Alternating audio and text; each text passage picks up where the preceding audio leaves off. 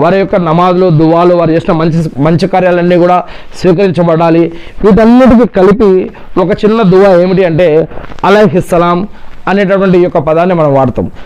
ఇదే ప్రార్థనని మనం ముహమ్మద్ అనేటటువంటి పేరు తీసుకున్నప్పుడు సల్లల్లాహు అలైహి వసల్లం అనేటటువంటి ఈ ప్రార్థనకి ఇలా చిన్న దరువు అంటారు దీన్ని, అంటే చిన్న ప్రార్థన. ఇలా ప్రవక్త పేర్లు మనం విన్నా, రాసినా, వింటున్నా, చెప్తున్నా ఈ యొక్క పదాలు పలకడం అనమాట. వారి తరపున మనం ప్రార్థించడాన్ని దీన్ని దరువులు అంటారు.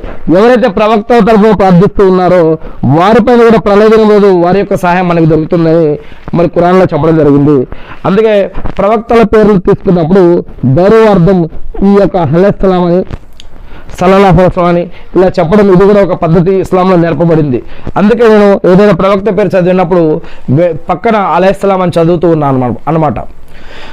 ఆదం అలైహిస్సలాం గారు, ఇద్రీస్ అలైహిస్సలాం గారు, నూహ్ అలైహిస్సలాం గారు, లూత్ అలైహిస్సలాం గారు, హూద్ అలైహిస్సలాం గారు, సాలేహ్ అలైహిస్సలాం గారు, ఇబ్రాహీం అనబడే అబ్రహాం అలైహిస్సలాం గారు, ఇస్మాయిల్ అలైహిస్సలాం గారు, ఈసాక్ అలైహిస్సలాం గారు, యాకూబ్ అలైహిస్సలాం గారు, యూనుస్ అలైహిస్సలాం గారు, సుహైబ్ అలైహిస్సలాం గారు, యూసుఫ్ అలైహిస్సలాం గారు, అయ్యూబ్ అలైహిస్సలాం గారు, జుల్కిఫ్ల్ అలైహిస్సలాం గారు, దావూద్ అలైహిస్సలాం గారు, సులైమాన్ అలైహిస్సలాం గారు, మోషే అంటే మూసా అలైహిస్సలాం గారు, హారూన్ అలైహిస్సలాం గారు,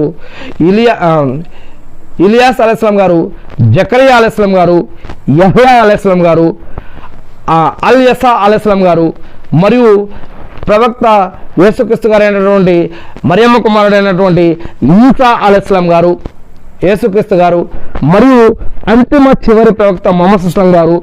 ఈ యొక్క ప్రవక్తల పేర్లే కాకుండా అల్లాహ్ ఖురాన్లో ఒక వాక్యం చెప్పడం జరిగింది. అదేమిటంటే అనేక మంది ప్రవక్తలని హదీసుల్లో కూడా మనకి చెప్పడం జరుగుతుంది.